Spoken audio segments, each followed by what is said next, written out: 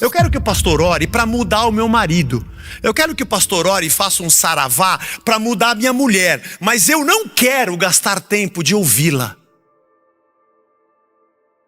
Eu não quero gastar tempo para me sentar e dizer qual é o problema. E dizer, o que está acontecendo com você? E quando ela mostrar a dor, que talvez seja eu o causador, mergulhar dentro dela e falar, eu preciso sofrer com você. Não.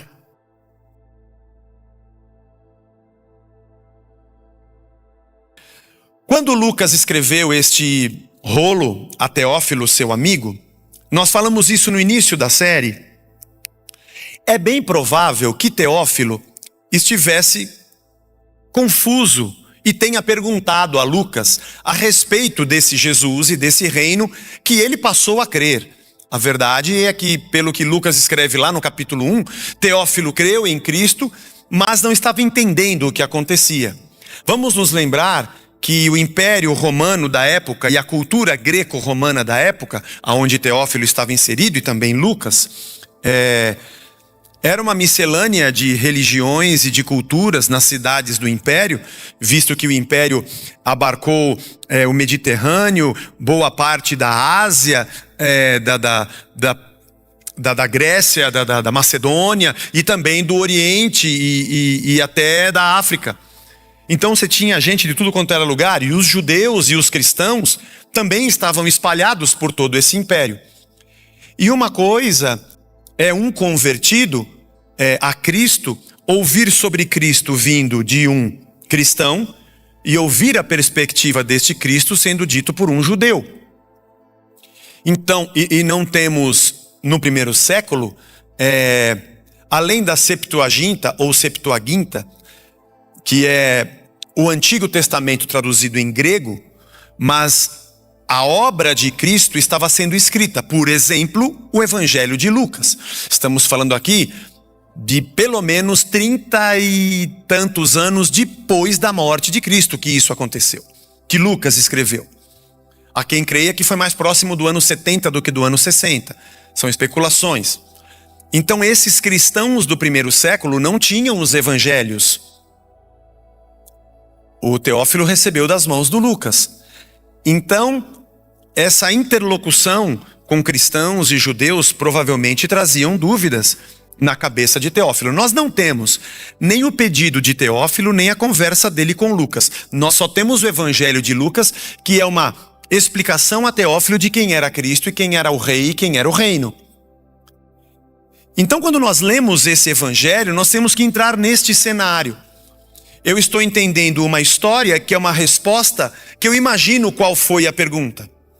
E que Lucas, a cada momento, vai demonstrando o caráter de Cristo, as pessoas que o seguem e a lógica do seu reino. Isso é importante para nós hoje, Zé, fundamental. Todos nós somos gentios e que cremos em Cristo.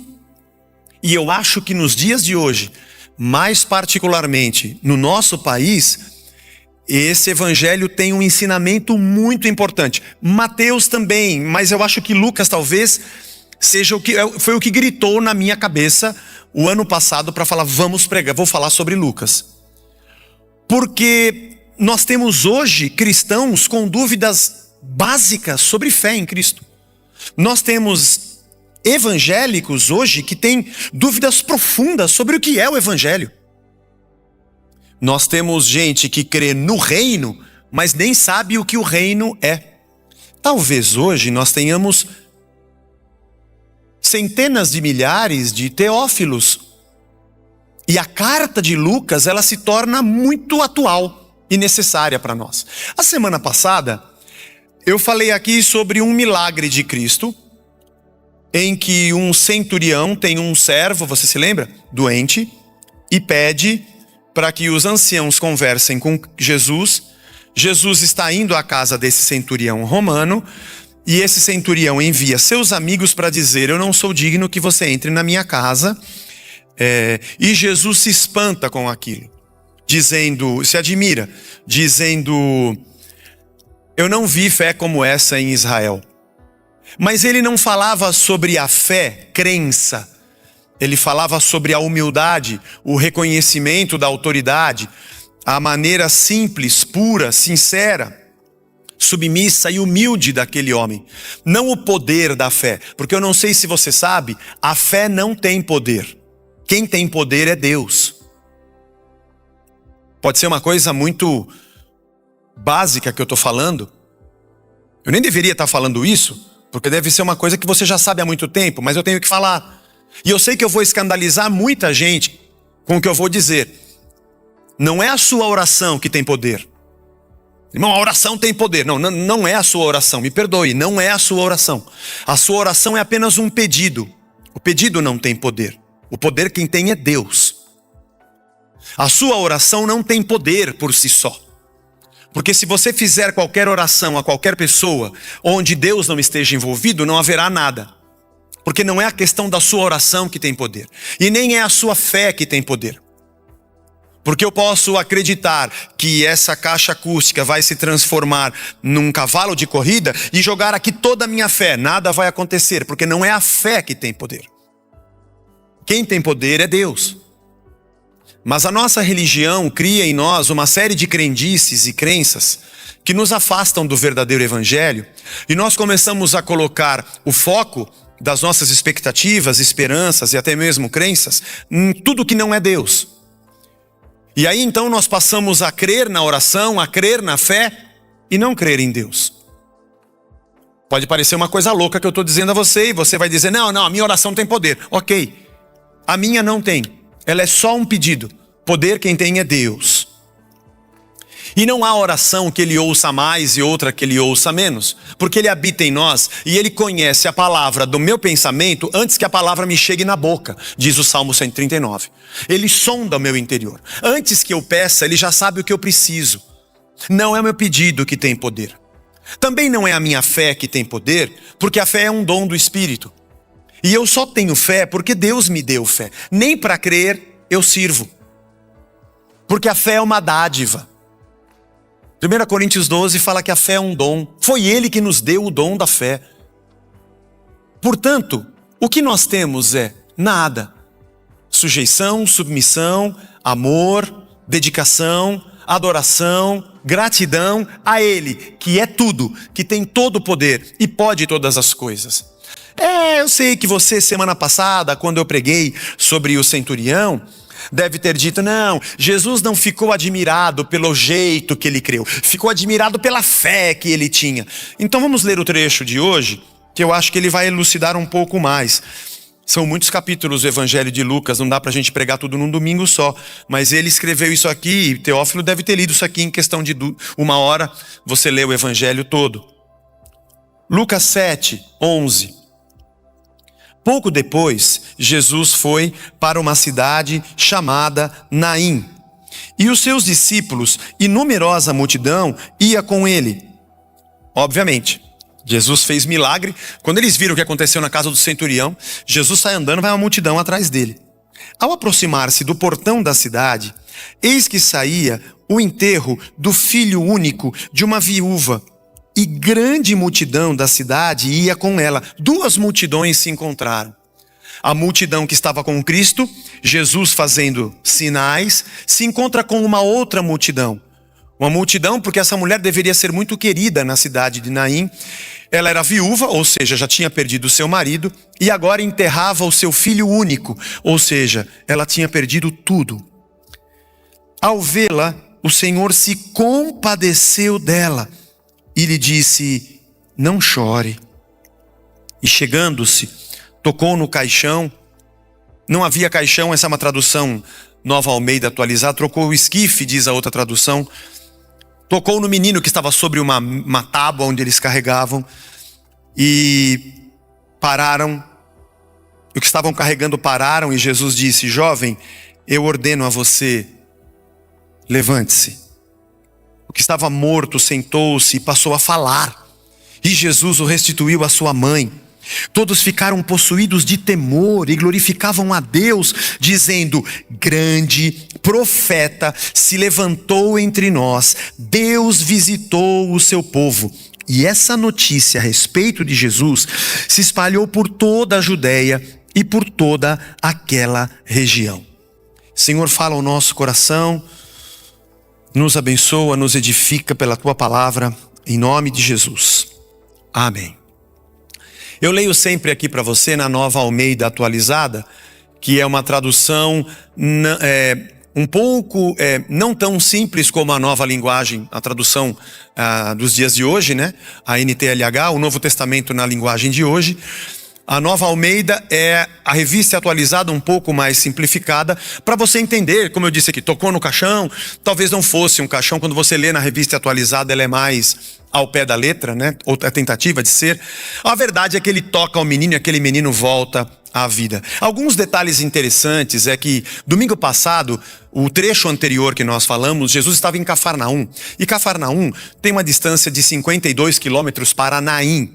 Aproximadamente 50, 52. Isso pela estrada hoje, não sabemos o caminho que eles faziam na época, eles andavam a pé. Mas em torno de 50 quilômetros é a distância dessas duas cidades, o que leva aí 10 horas para se fazer essa jornada a pé. Você que anda ou corre, você sabe, você leva aí 50 minutos, 1 hora para fazer 5 quilômetros para quem caminha numa boa. Ir caminhando sem parar, o texto original dá a entender que eles estavam em Naim no dia seguinte. A gente não tem, a maneira que foi escrito, no grego é como se ele tivesse dito, no seguinte, Jesus foi... E parece que a palavra dia está ali, como é que se diz? Subliminarmente presente. Por isso que quem tem a revista atualizada diz no dia seguinte, aqui ele diz logo depois. De qualquer maneira, Jesus andava muito. 10 horas de caminhada para chegar até Naim.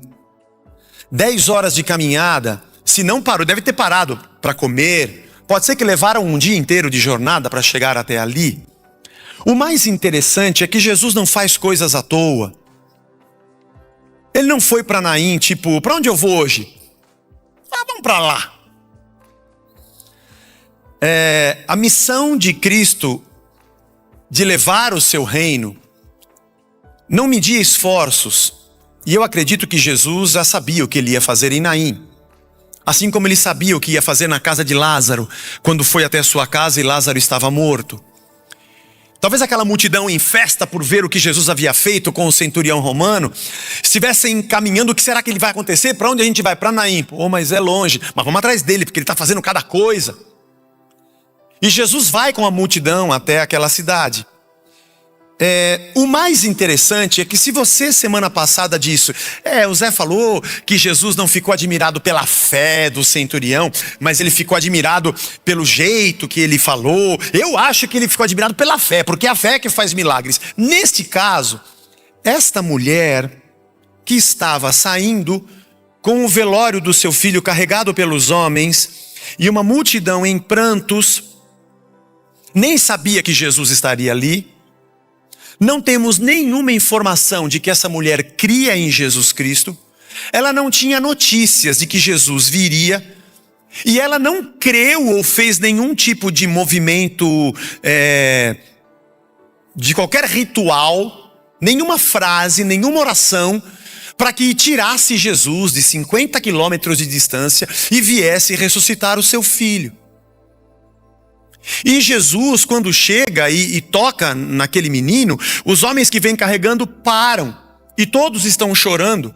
E eu acredito que a mulher não estivesse nem olhando, porque Jesus chega nela e fala, não chore. E diz ao menino, levanta. Quem foi que nos disse que Deus precisa da nossa fé para fazer um milagre? Se você não concordou comigo semana passada, espero que você concorde agora. Não comigo, com o Evangelho, com Lucas. Lucas está dizendo, Teófilo, aquilo que aconteceu semana passada, olha o que aconteceu no dia seguinte. Ou pelo menos no dia subsequente. Ele simplesmente se compadece. Ele se compadece daquela cena de uma mulher viúva que perdeu o seu marido e agora perde o seu filho. Qual o nível de desnorteamento desta pessoa?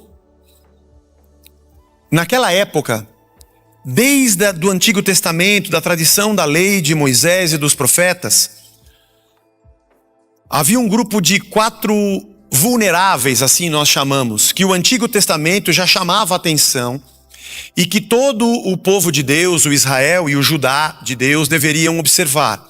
Cuidar dos órfãos, cuidar dos pobres, dos estrangeiros e das viúvas. Tiago diz que a verdadeira religião é cuidar dos órfãos e das viúvas. Isso tinha um papel, tinha um lugar central na espiritualidade do Antigo Testamento do povo judaico, do povo judeu.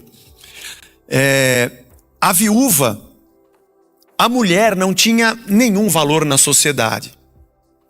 E a sua única segurança era ser de um homem. Era ser de alguém. É interessante quando você lê a história de Ruth, que era uma moabita casada com os filhos de Noemi.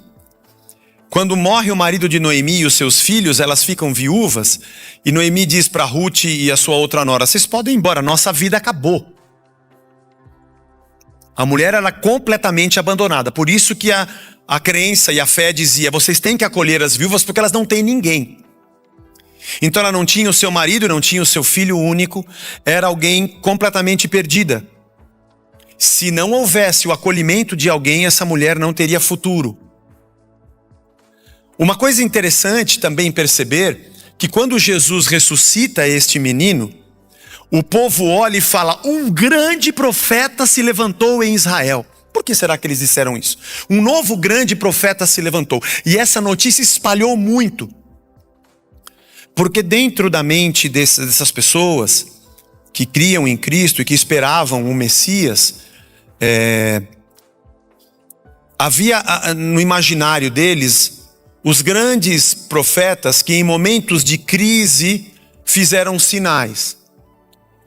E Elias e Eliseu são 2 grandes profetas que, apesar de não terem um livro, não deixaram nada escrito, pelo menos que nós consigamos ter acesso. Se fizeram, se perdeu pela história.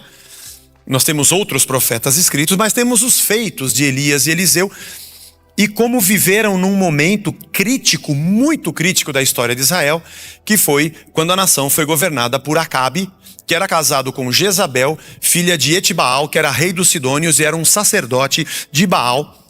E a nação toda servia a Baal, houve seca e fome. E esses 2 profetas, Eliseu foi sucessor de Elias, fizeram grandes sinais demonstrando que aquele povo deveria se arrepender e voltar para Deus. Porque sempre o sinal não é para que eu creia no sinal e me apegue ao sinal. É para que eu creia que Deus está fazendo algo para que eu volte a Ele. Porque a minha fé está em Deus e não nos seus sinais. Mas enfim, Elias, eu não vou ler aqui, mas em 1 Reis 17, você pode ler depois, vai para a casa de uma viúva na cidade de Sarepta, e o filho desta viúva adoece e morre, e Elias ora por este menino, e esse menino volta à vida. E esse é um sinal guardado na mente do povo de Deus. O seu sucessor Eliseu, quando passava pela cidade de Sunem, uma mulher sunamita com o seu esposo fizeram um quarto para que ele sempre que passasse pela cidade dormisse ali. E a mulher era estéril e Eliseu profetiza que ela vai ter um filho. E de verdade isso acontece. Só que passados alguns anos esse menino adoece e morre. E a mulher vai até Eliseu. E Eliseu vai correndo à sua casa. E também da mesma forma como Elias, ele clama por aquele menino e aquele menino ressuscita. Então o sinal de um grande profeta que trouxe a ressurreição de um morto era muito viva na ideia, no imaginário do povo judeu, pelo fato de que Elias e Eliseu fizeram isso. É interessante quando, lendo os evangelhos, as pessoas têm dúvida se Jesus era o Elias que deveria de vir, ou se João Batista, porque essa era a profecia de Malaquias, que, entre aspas, um outro profeta na unção de Elias apareceria, e aí Jesus diz que João Batista era esse sinal. E quando eles veem Jesus ressuscitando esse menino, dizem: é ele, um outro profeta, aquilo que Malaquias disse está acontecendo agora. Está chegando alguém no mesmo poder dos dias de Elias e Eliseu. E na cabeça de um povo que era subjugado pelos romanos, imaginavam o que fez Elias para libertar o povo das mãos de Acabe e Jezabel. Imagina se chegou um novo agora. É o que nós imaginamos ao ver tudo isso. Um grande sinal, uma grande cura, um grande poder, mais uma vez. Mas eu preciso de chamar a você a atenção dos detalhes dessa história que Lucas está contando para Teófilo. Não dependeu da fé desta mulher. Não houve oração dela. Não foi um ato que partiu do crente. Jesus andou 50 quilômetros pela sua misericórdia, pela sua compaixão, pelo seu amor. Algo interessantíssimo é que Jesus se aproxima e diz o texto que ele se compadeceu daquela mulher. Eu já falei em outras ministrações sobre esse verbo, splagnizomai, o verbo irregular do grego, que significa mover-se das entranhas. Naquela época eles acreditavam que o âmago, as entranhas, era o lugar onde as emoções e a agonia habitavam. Interessante, né? Nós hoje pensamos o coração, imageticamente, de uma forma até poética. Ah, o meu coração. Mas naquela época, quando alguém estava em agonia, em profunda tristeza, era como se suas entranhas estivessem se movendo. E é o que significa esse verbo. Ele aparece poucas vezes no Novo Testamento. É como se Jesus tivesse uma dor por aquele menino que ali está. Nós traduzimos isso como se compadecer. Não sei por que no meio dessa pandemia, uma palavra da língua portuguesa veio à moda. Parece que o brasileiro descobriu a palavra empatia. A cada 10 palavras que você lê na internet, 45 mil são empatia. O brasileiro descobriu a palavra empatia. A palavra simpatia é uma impressão agradável de uma coisa. É uma disposição a favor, né, favorável a alguém ou a alguma coisa. E essa disposição favorável pode ser com alguém que você pouco conhece. Você simplesmente foi simpático. O pathos, o sentimento, a emoção, e a preposição sin, do grego, que significa junto de, o mesmo. Então eu fui simpático. O empático, ou aquele que tem empatia, é aquele que parece entrar um pouco mais. Ele não somente é simpático, porque o en do grego também é como o nosso, de estar dentro. Mas é uma capacidade de se identificar com quem sofre. E é o que todo mundo fala hoje. Então é como se eu até sentisse, olha, eu também estou com um pesar aqui dentro de mim, eu também me entristeci junto com ela, mas ela e eu sou eu. O que se simpatiza pode até estender a mão, o que é empático, ele parece que se condói da mesma forma, mas esse termo e esse compadecer é muito mais profundo. Quando eu vejo cristãos falando sobre empatia, eu acho legal, tá tudo certo, repita aí a palavra. Mas entenda que Cristo não tem empatia, ele tem compaixão. Ele se compadece. Sabe o que é padecer? É morrer. Quem se compadece, morre junto. Quem se compadece, mergulha para dentro da dor. Quem se compadece, pega aquela dor e coloca sobre si. Não é porque ele fez uma postagem bonitinha com uma figurinha, e teve empatia.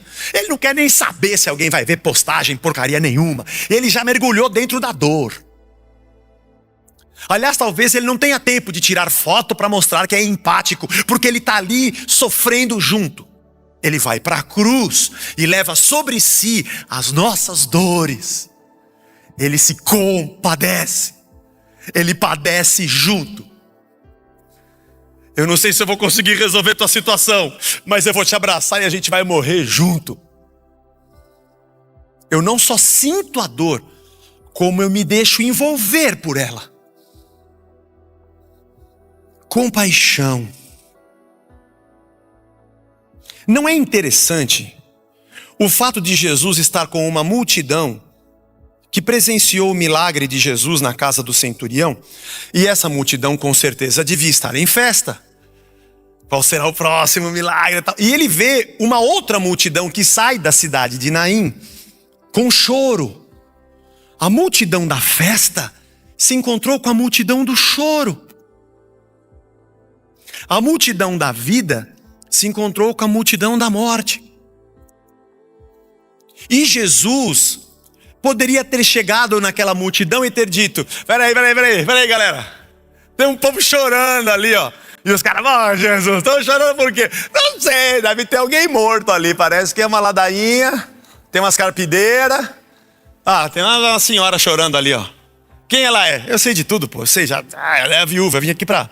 Galera, vamos entrar correndo lá no meio, abraçando e dizendo: para de chorar, meu.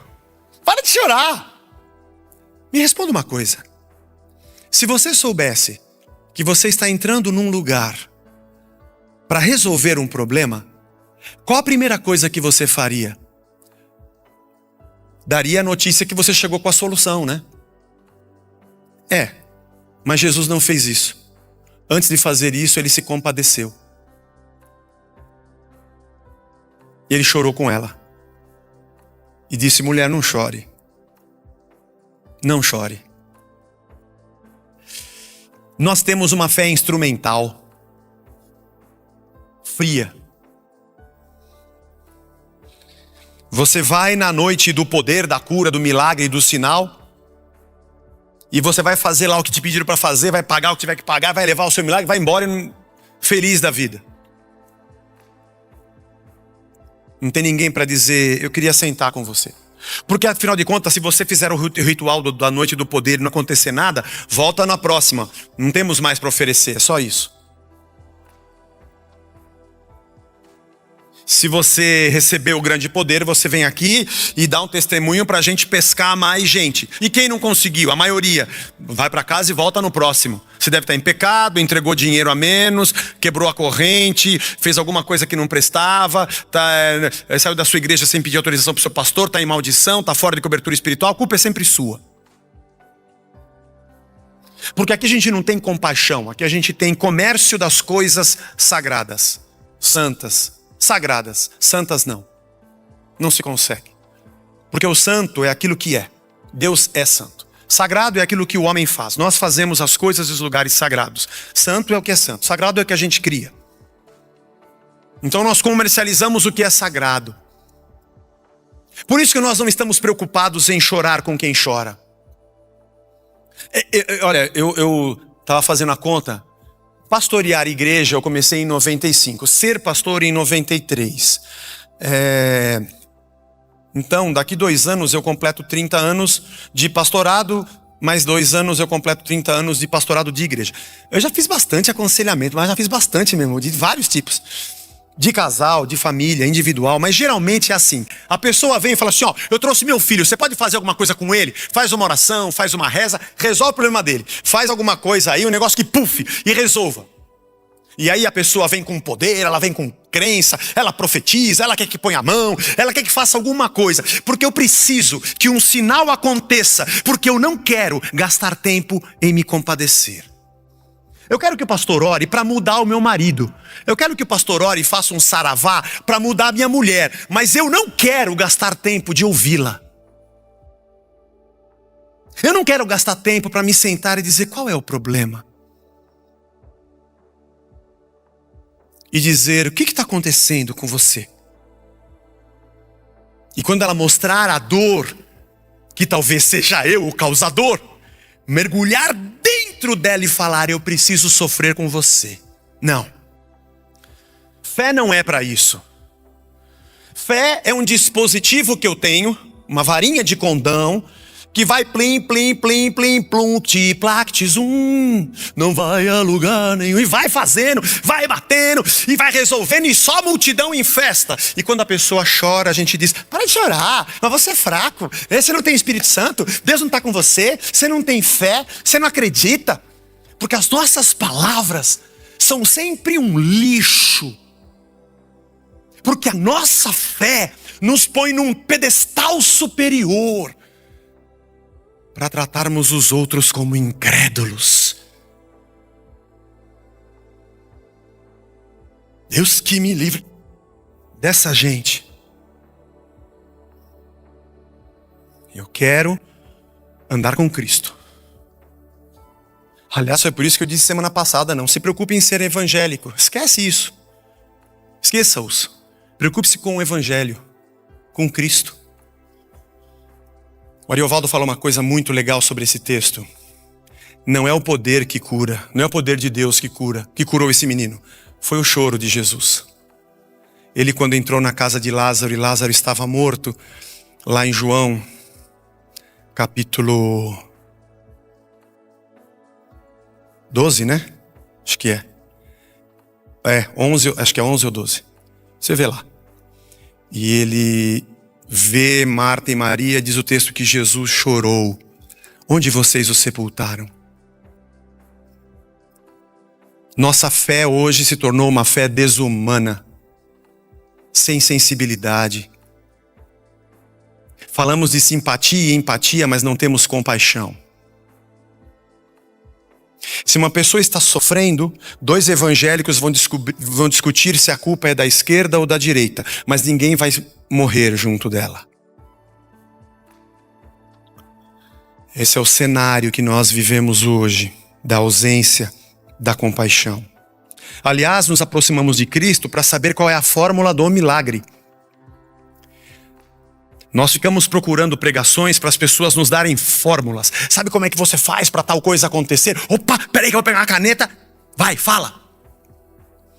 Ora desse jeito, canta assim, faça tal coisa. E nós ficamos aprendendo sistemas e fórmulas matemático-espirituais, para juntarmos os tijolinhos, e aí quando você completar, plim, aí Deus catapulta sobre você o milagre. Não. Jesus não veio para nos dar fórmulas para sabermos como nos dar bem.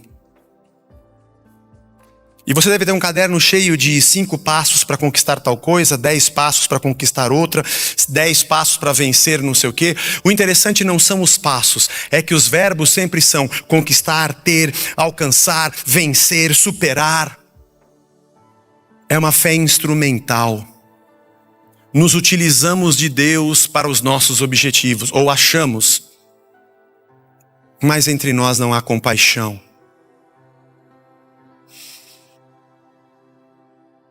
O que menos nos importa é quem sofre. Lucas está dizendo a Teófilo, você está entendendo como é que é esse rei? Que diz para aquela mulher, não chore. Ele não precisava ter se entristecido. Ele já sabia o que ele ia fazer. Ele poderia ter atropelado aquele sentimento de alguém que estava perdida. Mas ele preferiu antes conversar com ela, abraçá-la, dizer, não chore. Tocar naquele menino e dizer, levante-se. Restituir a sua mãe. Ele foi devagar. Eu já vi gente que quando você vai pedir um conselho, ele te atropela.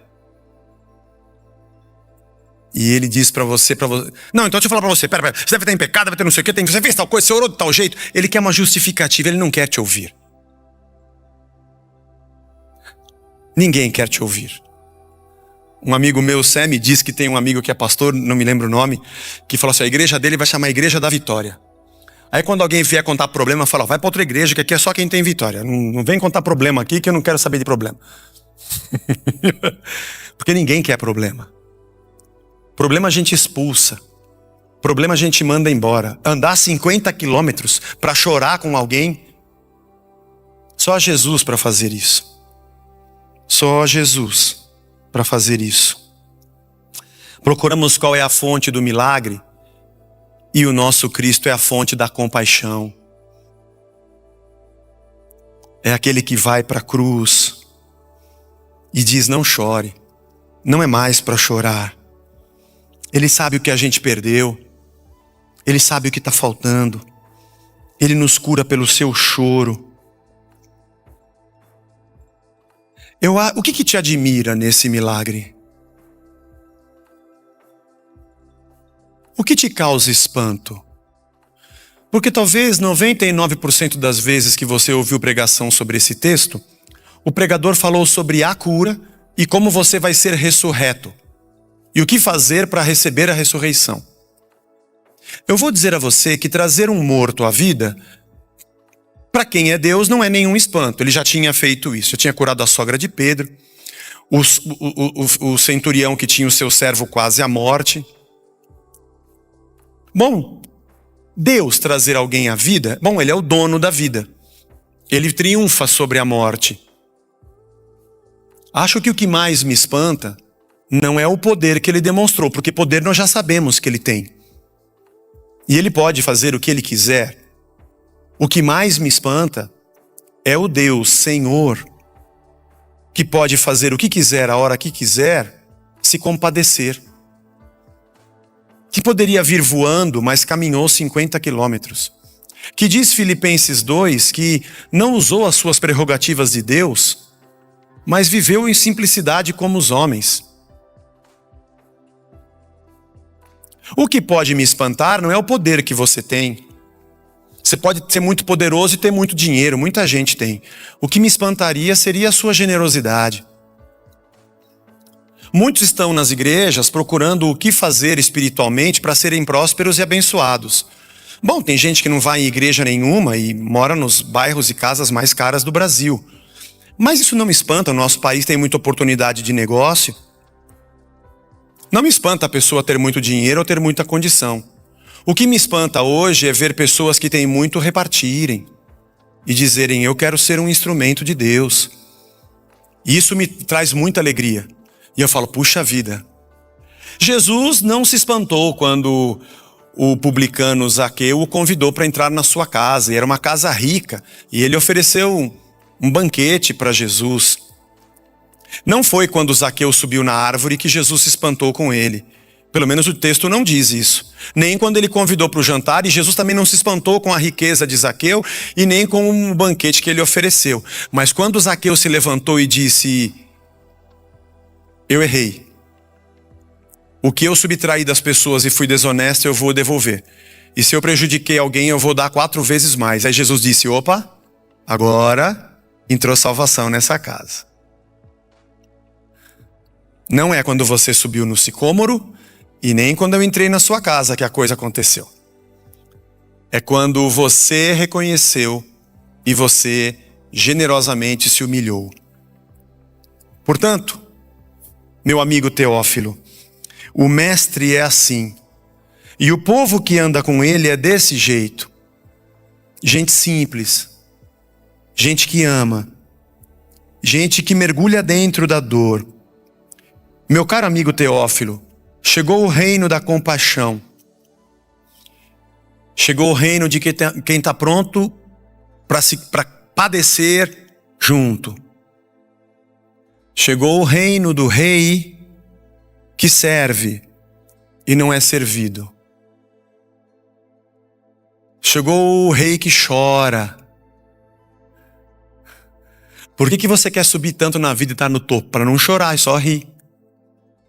Chegou o rei que chora. Chegou o rei que se compadece. Eu acho que aquela multidão que seguia a Jesus porque via sinais, João capítulo 6 fala disso, após a multiplicação dos pães, e Jesus repreende a multidão porque eles só seguem Jesus porque eles viam sinais, mas o nosso estudo não é sobre João. Talvez eles não entendessem. Acho que muita gente hoje não entende. E acha que o objetivo de andar com Jesus são os sinais. Sinais ele pode fazer a qualquer momento. Ele é Deus. O que mais me espanta é que Deus se fez mais humano do que os homens desumanos. E ele ofereceu mais compaixão do que os homens cheios de paixões. Ele foi mais gente do que gente que vive como bestas, como animais. Aliás, seria um desrespeito aos animais. o que certos seres humanos fazem. O que mais deixa Teófilo, talvez espantado, é que esse rei é um rei de amor. Ele é o príncipe da paz. Que Deus nos abençoe. Que o Senhor nos dê, nesse domingo, uma visitação de misericórdia. Quanta coisa poderia já ter sido resolvida na sua vida se você parasse. Antes de desejar um milagre estupendo, você abraçasse. Antes de querer que Deus transforme sua mulher, você a ouvisse. Antes de você querer que o Espírito Santo repreendesse o teu filho, você fosse amigo dele.